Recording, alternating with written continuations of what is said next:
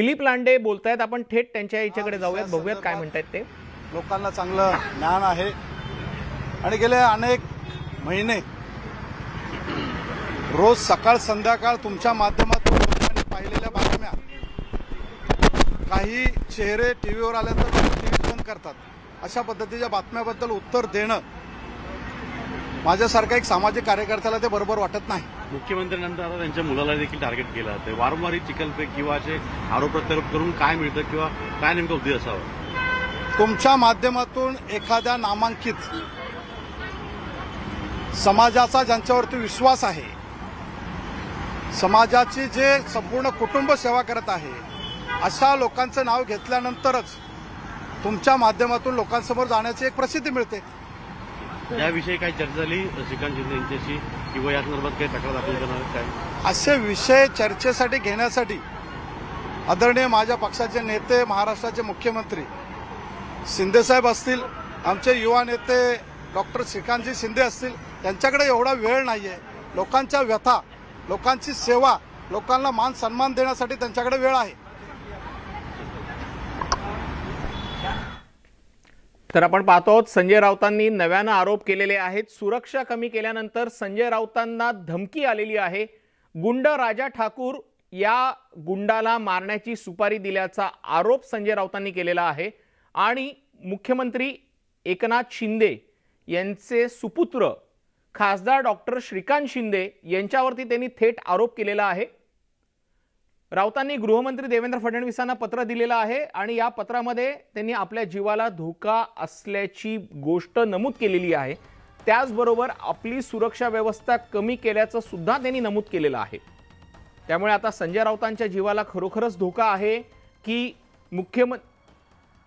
मुख्यमंत्री एकनाथ शिंदे यांना टार्गेट करण्यासाठी त्यांनी त्यांच्या मुलाचं नाव घेतलंय आणि हे खिळी रचले की अशी चर्चा सुरू आहे। आपल्या सोबत संजय शिरसाट जोडले गेलेले आहेत, शिवसेनेचे आमदार आहेत ते, आपण त्यांच्याकडनं प्रतिक्रिया जाणून घेऊ। संजयजी, काय पहिली तुमची प्रतिक्रिया?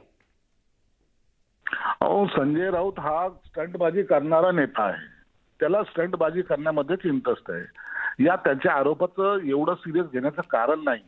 दुसरी गोष्ट आहे की जो श्रीकांत शिंदे हे काही कॉमन माणूस नाही आहे, तो खासदार आहे। असं कुणाला सुपाऱ्या द्यायचं काम खासदार वगैरे लोक करत नसतात, परंतु स्वतःची सुरक्षा वाढवायचं, स्टंटबाजी करायचं। देवेंद्र फडणवीसला पत्र लिहिलंय, निश्चित त्याची चौकशी झाली पाहिजे, परंतु या अशा प्रवृत्तीला, ही जे काही स्टंटबाजी करणारी जी प्रवृत्ती आहे ना, यांची सुद्धा चौकशी झाली पाहिजे। आणि जर तुम्हाला तथ्य वाटलं, श्रीकांत शिंदेला जेलमध्ये टाका ना। अगदी खरं संजयजी, फार मोठा मुद्दा तुम्ही मांडलेला आहे। जर संजय राऊतांना खरोखरच धमकी आली असेल तर त्याची चौकशी व्हायला पाहिजे, मात्र त्याचबरोबर जे खोटे आरोप करतायत त्यांची सुद्धा चौकशी व्हायला पाहिजे।